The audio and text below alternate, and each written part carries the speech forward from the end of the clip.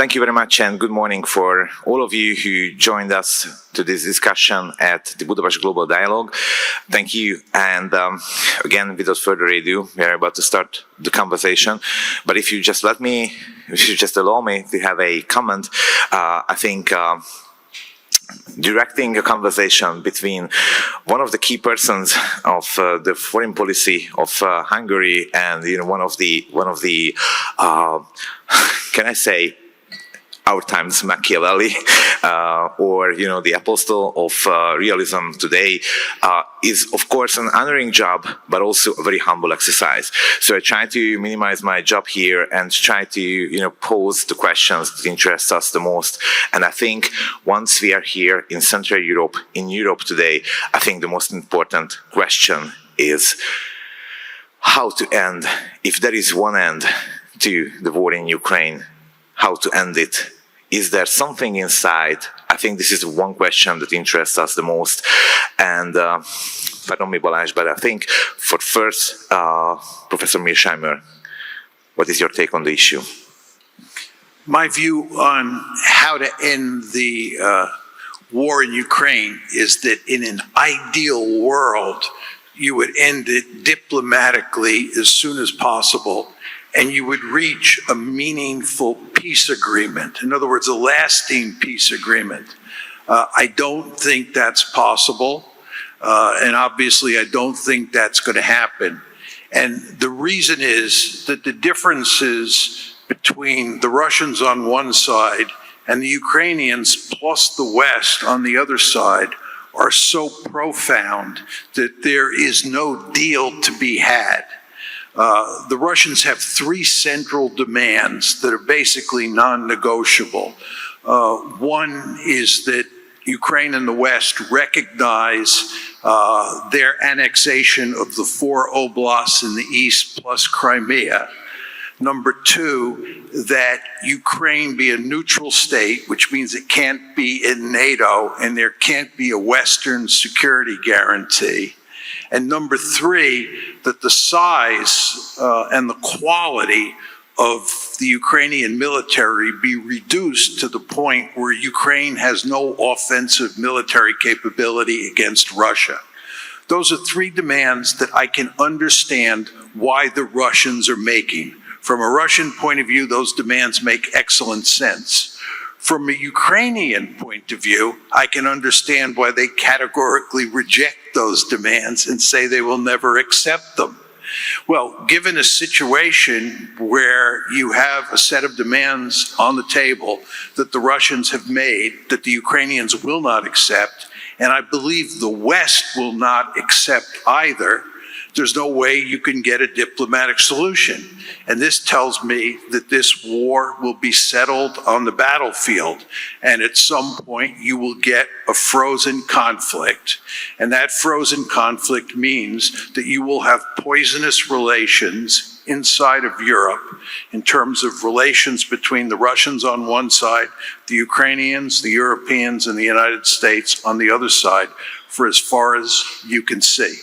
So I'd say that, unfortunately, the ideal solution is not realizable in this case. I think if the best option is to have a frozen conflict, then have it as soon as possible. From the decision maker side, from the practitioner side, what is your take on Balázs? Good morning, ladies and gentlemen. Thank you very much for having me. Thank you very much, Professor, for being here and having the conversation. Here in Hungary, we all are Mearsheimer fans, so I think every Hungarian politician must be a realist, because if we Hungarian politicians are not realists but rather naive, then our situation becomes very, very quickly complicated. So it's very good to have the realist point of view here in Hungary. About the war. Please allow me to start with the personal memory. I know it's history, but it's recent history, and I think it's very, very interesting. When my prime minister became the president of the European Council for like 6 months last year, he started the so-called peace mission. He told us just from one day to another. That's, guys, let's use this as a window of opportunity. Let's try to do something. We have to go to Kiev to see Zelensky. Haven't been there since the war, so let's go to Kiev, then to Moscow. Then let's try to ask the Chinese for a meeting on Friday, whether they are ready to host us on Monday. It seemed to be impossible, but it happened. We went to Beijing, and then there was a NATO summit in Washington, and the Prime Minister we met with President Trump, who was back then still the candidate in Mar-a-Lago. And then when we were flying home, the Prime Minister decided to make a letter. So he wanted to inform the European leaders what his experience was.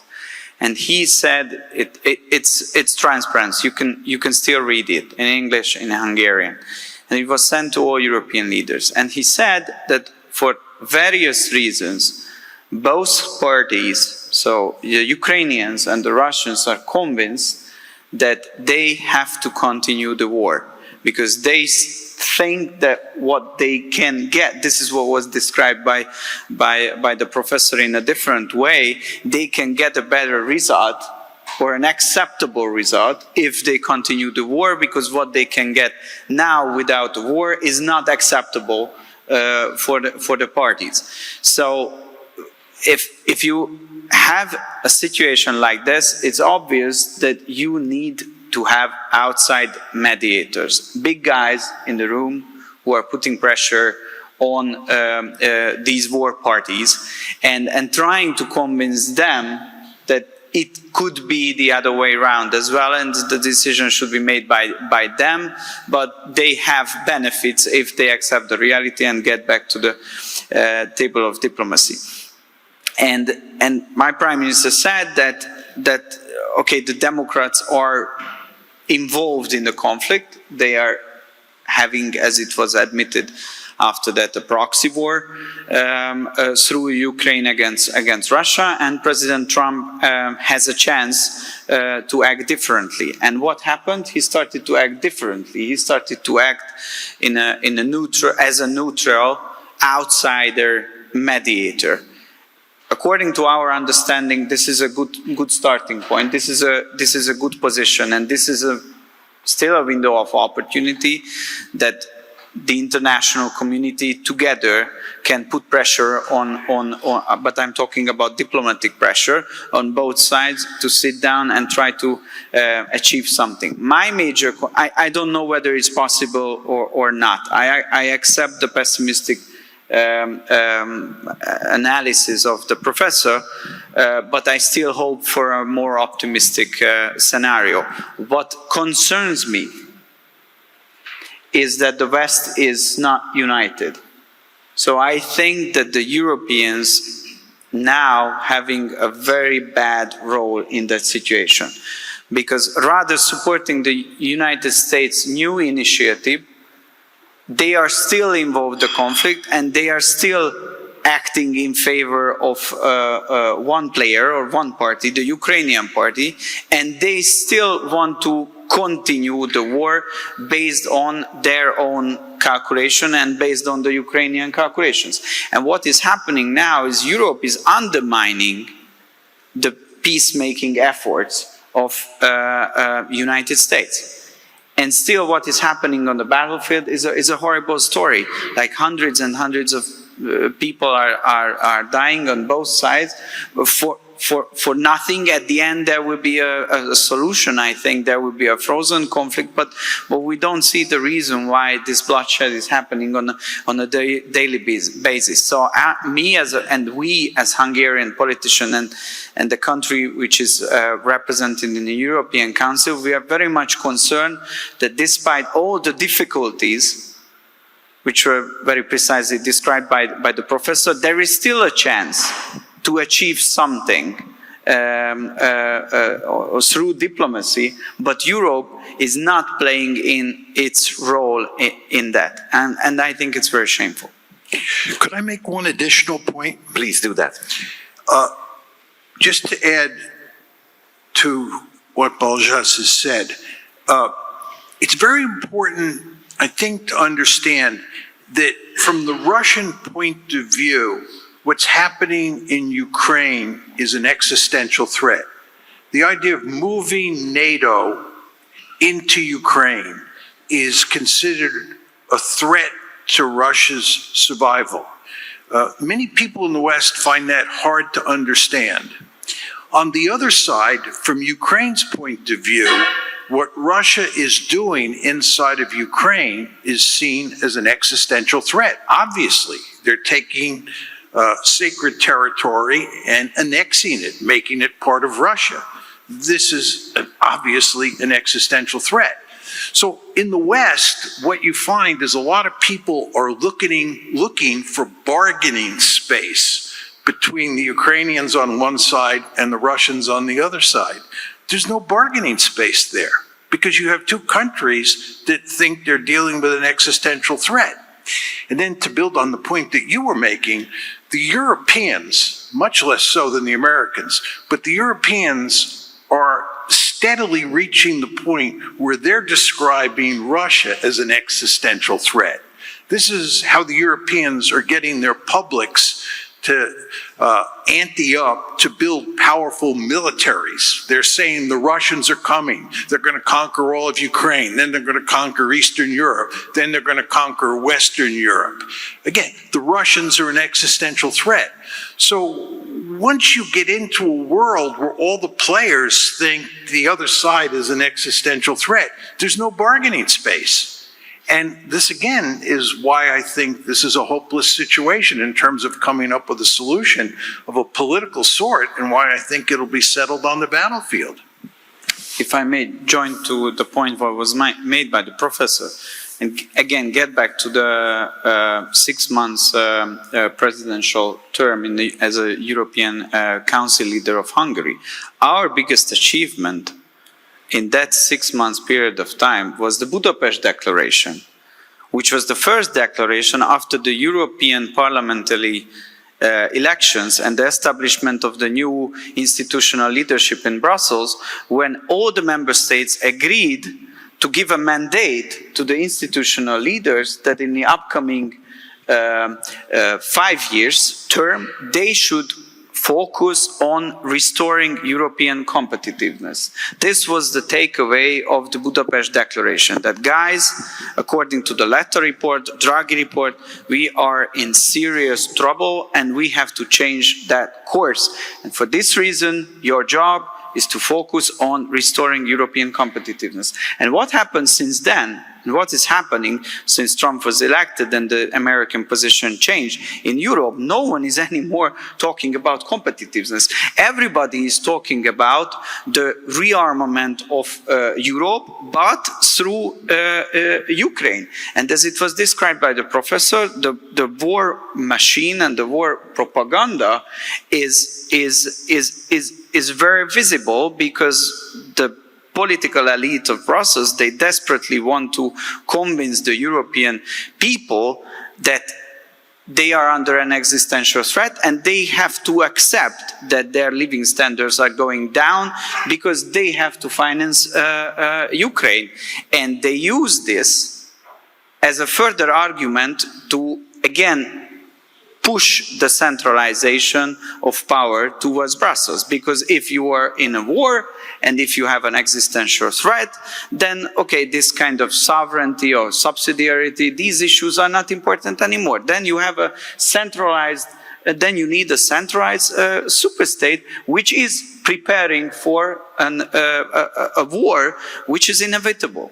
This is the argumentation. And we Hungarians, we are saying it for like 10 years, that Europeans should be able to defend themselves. NATO is very important. But if you are not able to defend ourselves, then we are relying on the American position. This is exactly what happened after 2022. First, the Germans and the French, they didn't want to follow the American line. They were resisting a little bit, but then the reality was very hard. The Biden administration was saying this is our proxy war now against against Russia, and we all have to be united. And sooner or later, all the European countries, the only exception was Hungary back at that time, saying, okay, we are in line with your position. And Europe couldn't make an independent foreign policy or a trade policy. So this is why European NATO is very important, but European independent military capability is also very important. But it doesn't mean that we have to prepare an existential conflict against the Russians, and by doing this, we are integrating into our security structure a country which has direct war right now with Russia. So European security is not going through Ukraine, it's going through ourselves. And this is the conflict what we have now, and this is why I'm very much worried, because what's going on in Brussels, and it's not just happening, it's a strategy, and they decided that it's very irresponsible. Thank you very much. This panel increasingly looking like a date when your date brings along a significant other, but it's a good thing actually, because you are doing the hard job of this conversation. But it really makes me like more picky of what kind of questions I can pose to you, and definitely I think at this point we should address the question of escalation. So if neither side is very much interested in making a deal right now, making peace, even though the rest of the globe is pretty much interested in that, and the situation will be ultimately decided on the battlefield. So what bears Russia, for instance, using nuclear weapons, even tactical ones, to put an end to this conflict and say, okay, these are my terms, and then I can just go forward. Do you see any kind of escalation like this from a realist perspective? I think that it is extremely unlikely that Russia would use nuclear weapons unless it was losing on the battlefield.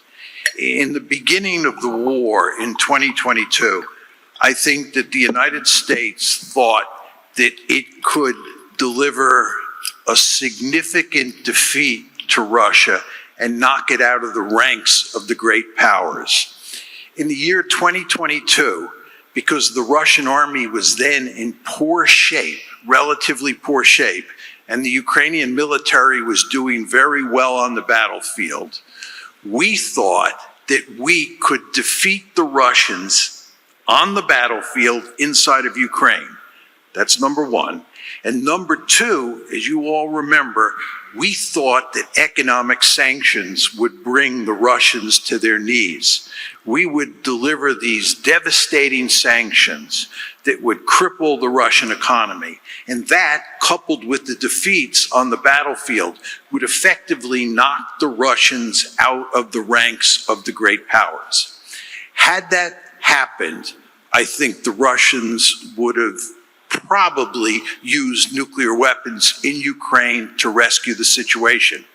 And you all want to remember that if Russia were to use nuclear weapons in Ukraine, it would not have to fear nuclear retaliation, because Ukraine has no nuclear weapons of its own, and there is no way the West would use its nuclear weapons to defend Ukraine.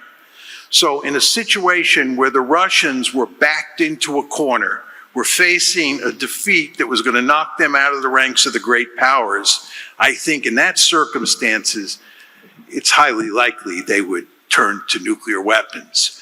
Now, the good news is that's not going to happen. And the reason is that the Russians are winning the war on the battlefield. And the situation is deteriorating for the Ukrainians and for the West. This is why I would argue that the Ukrainians should cut a deal now, because going to just lose more territory and more Ukrainians are going to die if they continue the war. And the reason is that the Russians are winning. If you look at the balance of manpower, the balance of artillery, the balance of air power, it's manifestly clear that the Russians are in the driver's seat. And if you take into account the fact that President Trump wants to withdraw significant support for Ukraine, that means that Ukraine is going to lose its principal patron. And it was losing even when Joe Biden was in the White House. You can imagine how bad the situation is going to get if Donald Trump refuses to put more weaponry and more money into the Biden pipeline. So Ukraine is doomed. It's not like Ukraine is going to go down to decisive defeat. There's going to end up being a dysfunctional rump state. Ukraine is going to continue to exist, but it'll be a dysfunctional rump state. All of this is a long way of saying that given that the Russians are winning, there's no incentive for them to use nuclear weapons. And that is good news. But the fact that the Ukrainians are losing is obviously bad news from Ukraine's point of view. What do you think, Manoj, about the potential escalation? I think there is now a very heavy European discourse about, supporting Ukraine, even against, for instance, American attempts at making a peace deal, or at least pushing the sides to this direction. And there's something that we can also label as warmongering. Don't you think? So what can be the result of all this? Can this lead to an escalation of any sort? So I think we are still in a circle of escalation. When Trump came in, he did some great things. First, he restored communication between the Americans and the Russians, which is a very important step towards de-escalation. And then he organized direct meetings between Ukrainians and the Russians, which is, again, a very good sign of de-escalation. And there was a prisoners exchange, very short-term ceasefire, changing the dynamism, but it seems like, I don't know whether it's because of the Middle East, the new conflict coming in and being the top priority now, or it has another reason, but these days it seems that this circle of de-escalation stopped and it went back a little bit. So attacking the nuclear triad of Russia, speeding up the process of EU accession of Ukraine, which is, I think, also a security issue because European Union is basically it's a cooperation of based on economic fields, but now the European integration has a security element as well. And why the Western liberal elites want to integrate Europe into the European Union? Obviously, because they want to use that money channels to transfer funds and military support to Ukraine to further go with the war. So in this respect, EU accession and this speeding up process is also a circle of escalation. So I'm still worried, and for us Hungarians, it's not just about mathematics and rational calculation of responsible nuclear powers and special type of game scenarios. But I was born in '86, and '86. I don't remember, but my family told the story that there was the Chernobyl nuclear catastrophe, and I couldn't eat any fruits and vegetables for like months. And so this is a memory which has every Hungarian family. That means that something terrible could happen on the territory of Ukraine. A nuclear accident can happen, and it has a very dangerous and very devastating consequence of the everyday life of the Hungarians. So if there is a tiny little chance of this happening again, I think all Hungarians, in a very reasonable way, they say that we shouldn't go to that direction. We should stop and turn around and get back as fast as we can. So it's and this kind of small or medium-sized Central European country perspective, so new nuclear army perspective, it's different. It's more personal. It's more existential. It's not just a calculation between the big powers where they look on the map and they know this is one front line where we use our leverage over the others, they use their leverage over the others, and here are the people. and those people are dying in Ukraine. We all have relatives, and we still remember what happened in 86. But everybody was terrified when the news came that something nuclear happened in Ukraine. So this is, from our point of view, also an existential issue. But for us, not the war, but the peace is an existential issue. Can I make one additional point just on the whole subject Would of be lovely. I think it's very important to emphasize that President Trump is a lot like Prime Minister Orban in two ways. Number one is, I think both of them appreciate Russia's position and want to have good relations with Russia and want to shut down this war as quickly as possible. So I don't think there's a lot of daylight between the views of Prime Minister Orban and President Trump on the whole Ukraine issue. But the second point is, President Trump is surrounded by a national security community in the United States that is remarkably hawkish and goes to great lengths to undermine his approach to dealing with Ukraine. And I think the situation is similar here in Europe, and that Prime Minister Orban and Hungary more generally is surrounded by a number of European states. But not the people around Prime Minister Orban. Yes. The people in Brussels, so I want to save my job. Yes, that's what I meant, the people in Brussels. And I think, just to go to the American case, I think one of the problems that Trump faces is that there is huge resistance inside the United States. There's also huge resistance inside Europe, leaving aside Hungary, to reaching any kind of accommodation with the Russians. This is why I find it hard to believe that Trump could accept Russia's demands. He'd be crucified inside the United States, not to mention inside of Europe. Okay, but staying with the issue of realism, and just speaking on what you said, Professor Mearsheimer, about this discourse in Europe, which is like, let's say, pro-war or pro-Ukraine. Is there any realist attitude behind it? Is there anything that you can identify as this is why they do that? This is not something in the territory of ideology, let's say, or behavior, but rather realist approach. Is there anything in European attempts of a military build-up that is good for Europe? Well, let me just say a few words on realism in Europe. I used to say during the unipolar moment that Europe was a realist-free zone. There were no realists in Europe. I hardly got invited to Europe, and when I got invited to Europe, I was treated like a dinosaur.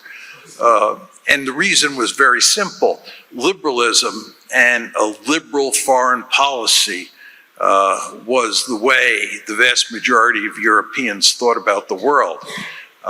Many of you probably, or many of the younger people in the audience probably find this hard to believe, but that was the case during the unipolar moment.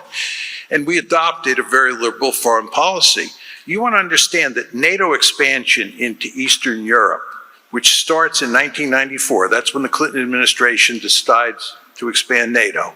99 is the first tranche. That, of course, is when Hungary is brought in. 2004 is the second tranche. it was not aimed at containing Russia. It was aimed at spreading the Western liberal order that had sprouted up in the western part of Europe during the Cold War towards the East. It was a very liberal foreign policy. And a number of realists argue, people like me, people like George Kennan, right, and numerous other people, including the Secretary of Defense, the Chairman of the Joint Chiefs of Staff, this is in the 1990s, that if you move NATO eastward, and especially if you went into Ukraine, the Russians were going to react. This was basic realist logic at play. And the fact is that the Clinton administration, the vast majority of Europeans, refused to accept that logic. They thought about the world in very liberal terms.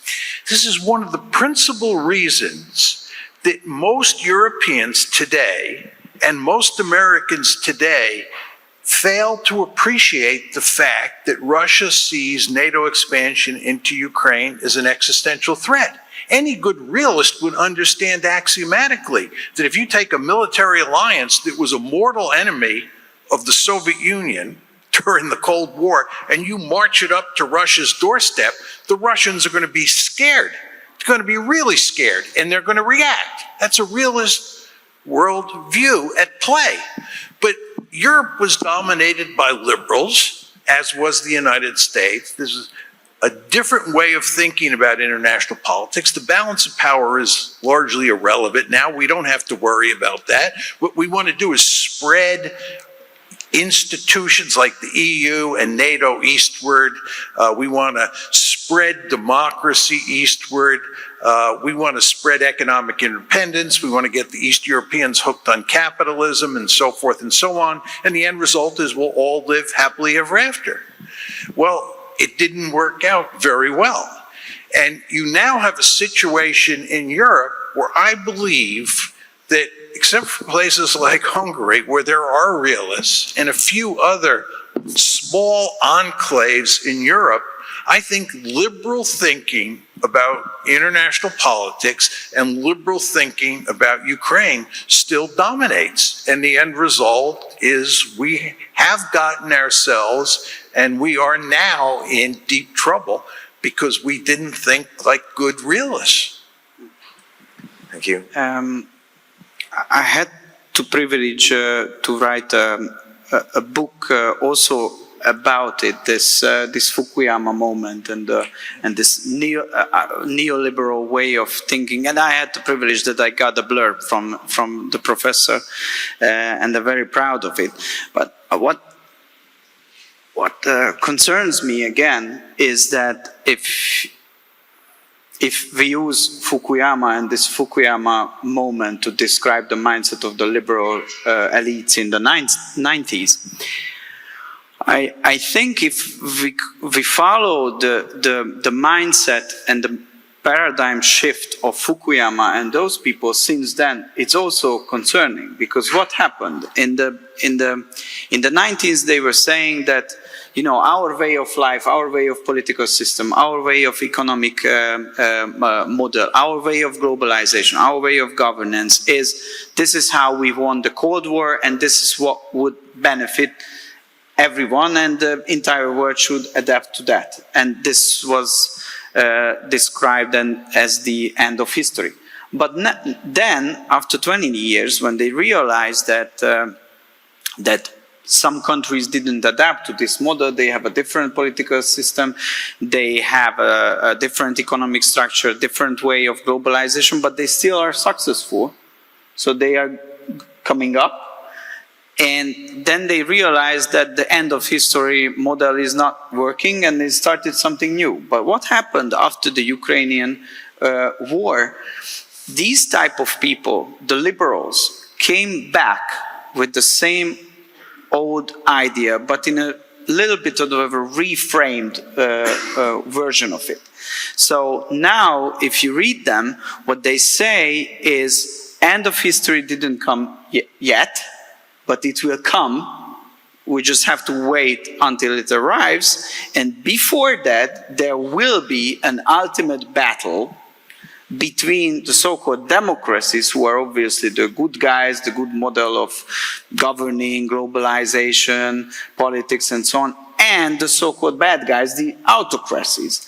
And we have to prepare for that ultimate, inevitable conflict between them. It's a kind of a description of a third world war, a potential future third world war, and after it, the end of history will come. So my as a Hungarian realist, my concern is that I don't want to describe the world like this. Because if we start describing the world like this, then it's extremely dangerous, because it, not just ideologically, but from a thinking method point of view, it leads us into direct confrontation and the bloc formation logic, which is against the interest of, I think, my country, Hungary, and I think it's against the interest of at least 180 other countries on earth. Just very quickly, just to pick up on what you said, I think one of the distinguishing characteristics of liberalism when it's applied to foreign policy is, as you say, to describe the world in terms of good guys and bad guys. And when the United States goes to war, the other side is always the Third Reich, the leader is always Adolf Hitler, and so forth and so on. And when you think in those terms, it's very difficult to reach an accommodation with the other side. Because how can you negotiate with Adolf Hitler, right? You're dealing with the font of all evil. And this is one of the problems that we face today. How can you negotiate with Vladimir Putin, right? It's just impossible. It's like asking us again to negotiate a deal with Hitler. And just to go to realism for 1 second, it's very important to understand that realism treats states as black boxes. It treats all states as principally the same in terms of whether or not they're good guys or bad guys. There are no good guys or bad guys in the realist story. States are just black boxes. And this is one of the principal reasons that realism is deeply hated in the liberal West. You all understand that the United States is a thoroughly liberal country, right? And the West has become thoroughly liberal in its outlook. So when you have a view of foreign policy like realism that doesn't divide the world up into good guys and bad guys, people in the West are not going to like that. And they're going to think that somebody like me, who is a hardcore realist, is a deeply immoral person because I don't recognize good and evil.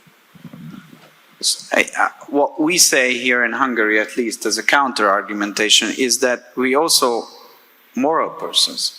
But our morality is different, because we think that our first and foremost loyalty goes to our community and our nation. And our job is to protect and save and bring a prosperous future for our country. And through this lens, we see the world. And we don't want, so in a very political term, I don't want to save the world, I want to save Hungary. And I think it's a moral position as well, different than the liberal one, but it's also a moral position. So I think all realists should not accept the argumentation of the liberals that they are the moral ones and the realists are the non-moral people, because that's not true. That's a different type of morality, which is based on, as a footnote, I would say, based on the Bible as well. So it has a religious basis as well. Okay. Anything to add? No. Okay. Yeah, I just say this is going to be very quick. If you think about a word that the liberals use all the time, it's international community. They talk about the international community. And just think about that first word, international, international. It's fundamentally at odds with the notion that you have a nation state, a national community, that you should privilege over the international community. You see very clearly in the use of those two words, international and national, the difference between a liberal perspective and a realist perspective. Sorry. No. So can I translate? So the reason why Europe is doing this policy is because they are logged in the liberal thinking. And so for me, it's always hard as an analyst, it's hard to bring home the fact that people just think in a bad way about their interests. So, but again, it sounds very plausible. But we are short on time, and I think we should jump. We have like 10 minutes left. One of my concerns about realism and what's happening in the world, what's happening in Europe, what's happening in Hungary, is how can one pursue a realist foreign policy? Is realism something that you actually pursue, or realism is like a straitjacket? You can't do anything else but to act at the end of the day as a realist. And if not, and if realism is a choice, then how do you make this choice? What is your take on this, Professor? What would you advise to Hungary if you were, nominated as an advisor? Let me make two sets of comments. Talk about realism in general, and then just say a few words about Hungary. You want to understand that during the unipolar moment, which runs from roughly 1991 when the Soviet Union collapses to about 2017, during the unipolar moment, there was only one great power by definition on the planet, and it was the United States of America. So you had no great power competition. You can't have great power competition when there's only one great power. And that was a period when the United States could act as a liberal state and not a realist state in the world arena. Because again, there were no great power politics. And we did very much act like a liberal great power. That world went away in 2017. We now live in a multipolar world. And what we have not talked about is the rise of China. It's very important to understand that China is a peer competitor to the United States. And once you're back in a world where there is great power competition, right, a country like the United States, when it's dealing with those other great powers, has no choice but to act like a good realist country. Now, what the United States is now doing vis-a-vis China is acting like a great power traditionally does. It's acting in a very realist way. All you have to do is talk to the Chinese, and they will tell you clearly that they understand the United States has its gun sights on China. The United States is acting like a realist state, but it masks its realist behavior with liberal rhetoric. It's always done that, the United States, that is. But in this case, you see it at play again. Now, the question is, how do I think this applies to Hungary? I think Hungary has basically behaved as a realist state in Europe since the end of the Cold War. And I think that is an anomalous case. I think most European countries have not behaved in a realist fashion, much like the United States, they've behaved in a liberal fashion. I think moving forward, Hungary has no choice but to act in a realist fashion, and it's going to have to think not only about how to deal with Russia, it's going to have to think about how to deal with China, because China is going to wield great influence in Europe. China is going to wield great influence all around the planet. There's going to be a significant competition between the United States on one side and China on the other side. And as I said, that's going to be a realist competition, and Hungary is going to be in between, as are virtually all the European states. And Hungary is going to have to think smartly about how to deal with both China and the United States from an economic point of view and a security point of view. And if Hungary is smart, they will continue to act in a realist fashion. Balázs, as one of the architects of Hungarian foreign policy and this very realist brand of it, what would you highlight in our policies? Well, I think that despite all the turbulences, 2025 is still a very important year for us, because this Hungarian connectivity-based strategy for the new great power rivalry or competition world order that's the first year when it's actually in place. And this is why for us it was very important that we have Donald Trump in the White House, with whom we also can start working on a strategic agreement between Hungary and United States. Because what we can achieve now is unfortunately, if you look on Brussels or if you look on Europe, this is what I'm always telling everyone, that guys, you have to realize that you are the most isolated power center right now on Earth, because you cut ties with the Russians, which brought energy problems for you. You started an economic warfare with China 2 years ago, which is your biggest export market, and you have an ideological confrontation with the United States, new leadership, and the geopolitical confrontation. They want peace in Ukraine, and you want war in Ukraine. So the Europeans are extremely isolated. And compared to that, I think our position is relatively very good. We are members of European Union, so all the negative decisions of them are affecting us, but we still can have an independent position, and we can benefit from that, as it was described by the professor. So now what we're working on is to establish a reasonable, pragmatic cooperation with the Russians during war period and also for after war period. We have a very good strategic cooperation with the Chinese when the entire European continent was turning against them. We were also we remained pragmatic and reasonable and rational.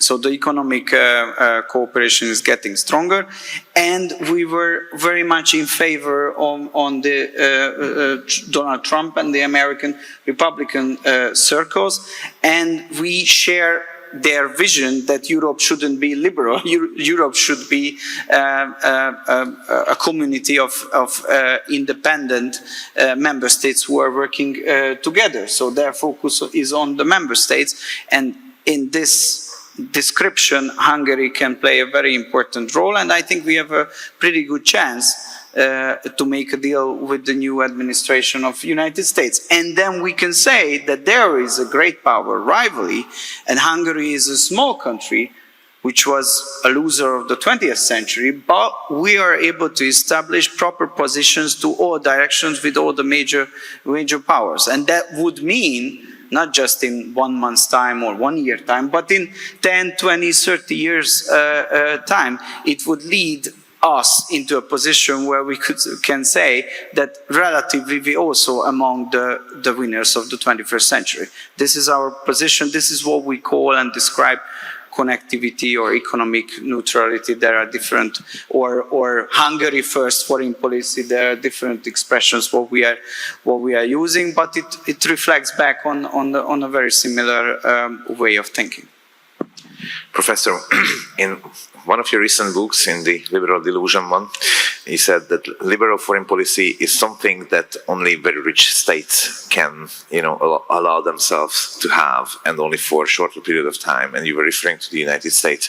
Do you see like more realist turn in Europe, or this is something in your thinking that is inevitably coming?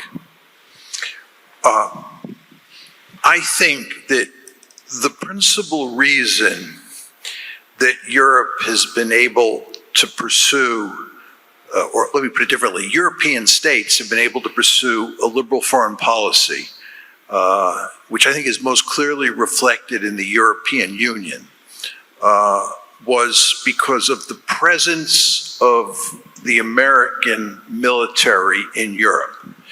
In other words, it was NATO that provided the underpinning of the European Union.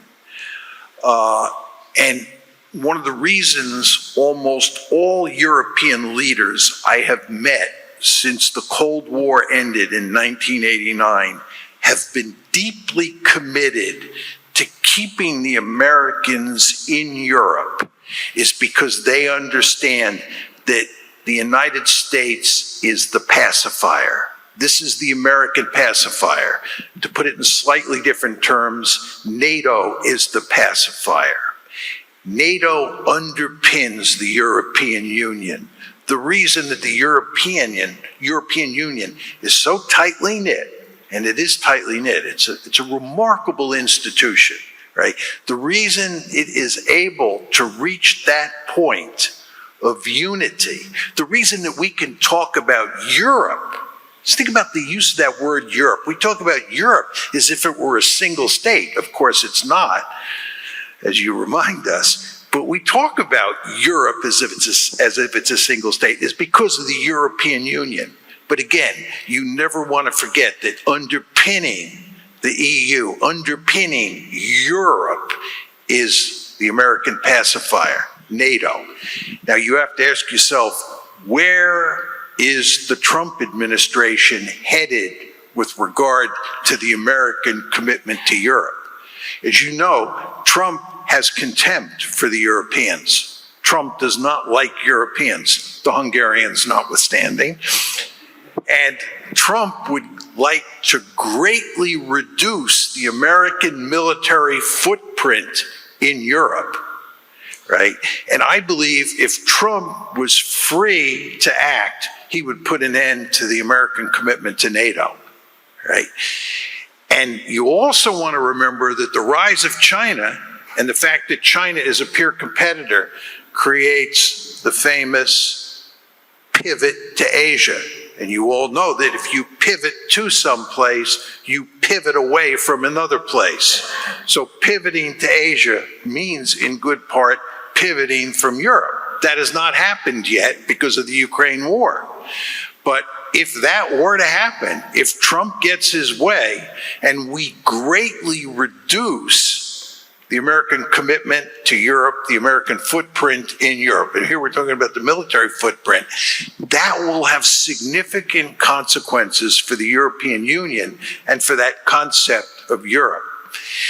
And I think what's going to happen here over time is the Americans are going to reduce their presence in Europe. And I think you're going to see centrifugal forces that are already at play inside of Europe accelerate.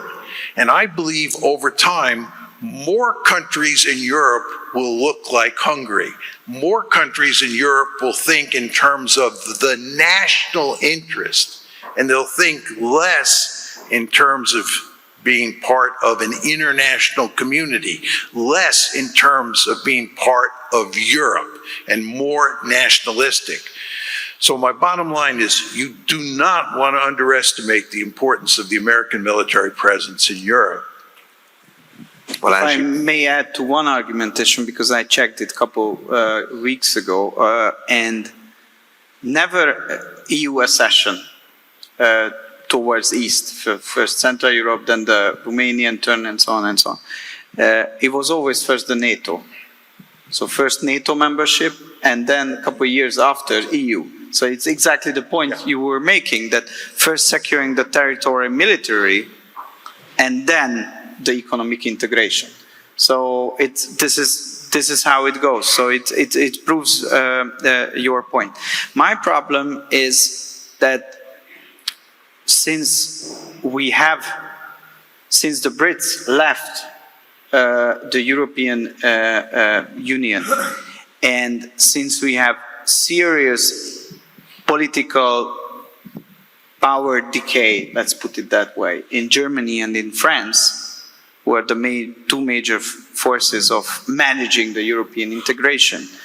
Now, the so-called unelected, and it's not a political term on my side, it's a rational description on them. So unelected bureaucrats and leaders, they are dictating and or trying to dictate the policies. And their idea is that the only way to make Europe successful again is that they have to do something with the war.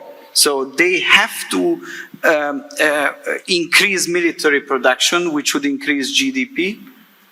And for this reason, they have to spend more. And they have to further having joint loan project. And to manage this, the joint loan project and the joint military production towards Ukraine, the only way to do it is further centralization of the power and get rid of those nation states who are arguing in favor of a different strategy. So what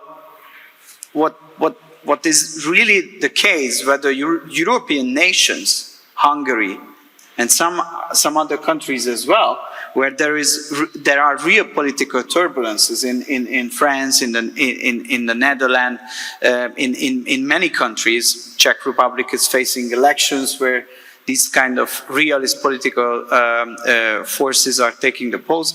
So whether there will be enough countries, nation states, who are saying that this shouldn't be the job of the European bureaucrats, but it should be decided by the member states' leaders. And if there is no strategic agreement between them, because some countries want to go to one direction and other countries want to go to another direction, but we still want to keep ourselves together because the single market makes sense, then we have to make a compromise.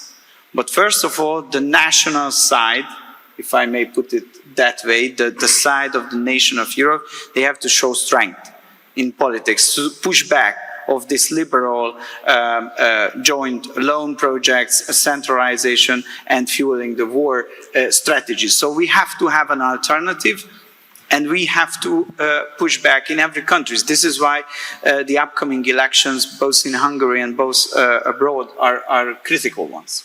Can I just make a quick point?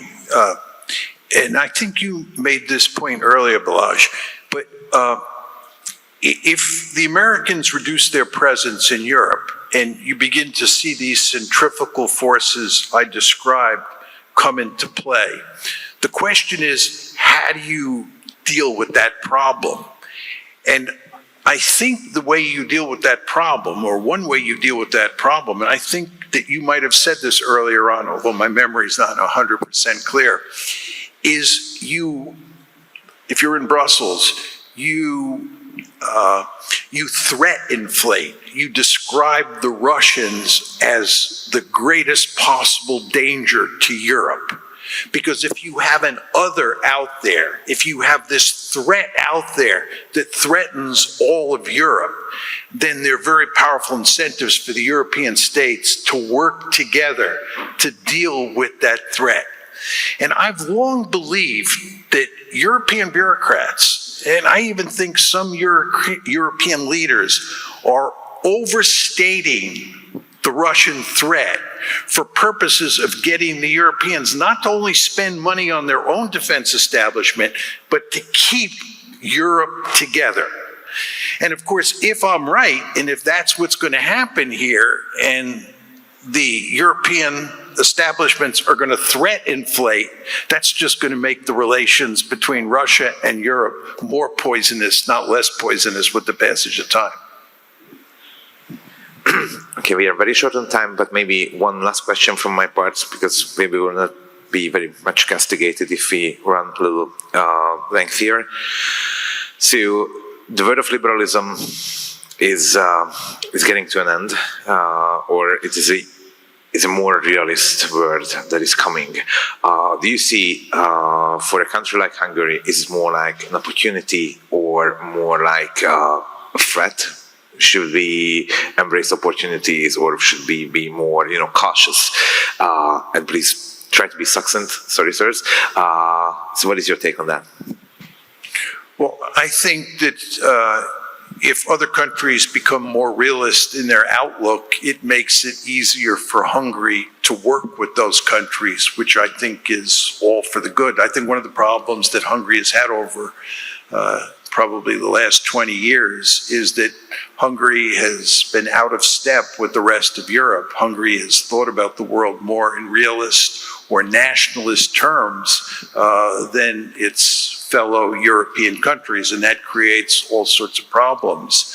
But I think that world is going away, and I think as time goes by, more and more European states will think in realist terms. Is that necessarily a good thing? I'm not sure. I mean, the problem here is that during the unipolar moment, Europe was a remarkably peaceful place. And in a way, it's depressing to think that that's going to go away.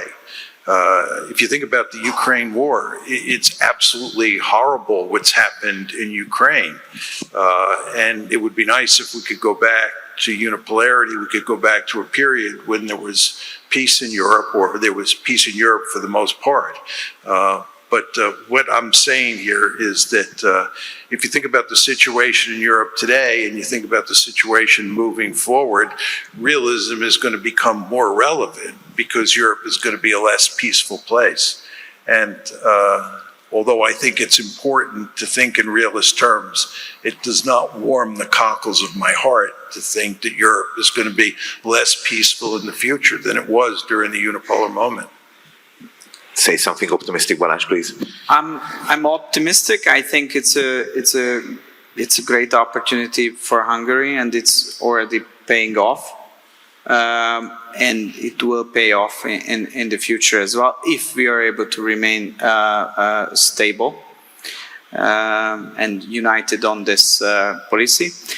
And sorry, Professor, I have to say I have to defend realism from you as well, because I think the realist way of understanding of the word, or if we are not talking about foreign policy but more from an ideological point of view, I would describe it the national conservative way of thinking, is the only way, I think, in this new world order how you can prevent war.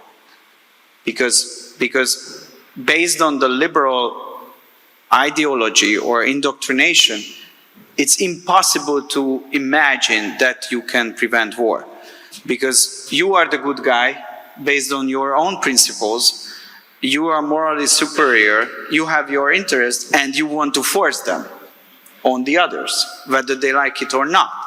So I think this realist point of view, when you make a calculation on the costs and the consequences of the war, the potential negative change on the power structure, and where your basic logic is that we are not superior than others, and we are just the same, we should be in a way tolerant towards each other. That's the only concept, I think, what could work in the 21st century, and using that concept in international politics, we have the possibility to prevent war. And I would warn everybody that when we had the unipolar moment, we also had some wars based on the unipolar peace period. We Hungarians shouldn't be warned on the Balkans war, Iraq war, and there are many other examples. So it's not the case, not even in Europe, that during the unipolar moment we didn't have, okay, we Hungarians were not suffering and not engaging, luckily, in a war. But I think if we remain on the track of liberal internationalism, as it is argued by Fukuyama and those kind of people, then we will end up sooner or later in a direct war confrontation, as it happened with other European countries who signed up to the proxy war against Russia in Ukraine. So I think if we take seriously that during that transition period of the world order, we want to de-escalate and we want to prevent confrontation, realism and national conservative thinking and description of the world order is the only way out. No strike back. Or anything to add at this point? No, I agree. What has been said about realism, for sure. There's no question that liberalism, as I wrote in The Great Delusion, during the unipolar moment, led to lots of trouble. It led to the disaster in Russia, for sure. So I don't deny that. My only point was that the fact that Europe was relatively peaceful, and I agree it wasn't 100% peaceful, but that it was relatively peaceful during the unipolar moment was a good thing. And I do agree that pursuing a liberal foreign policy ultimately undermined that situation, for sure. We have agreement. Okay, it's a great agreement at the end. I've been enjoying facilitating this conversation very much. Realists may be dinosaurs, but believe me, dinosaurs are cool, and it's great to talk to them. And thank you very much for joining us to this morning conversation. And I encourage you to take part in the other discussions during the whole day, and also to grab Professor Mearsheimer or Political Director Orban for conversations in the corridors. Thank you very much for your attention, and have a great day.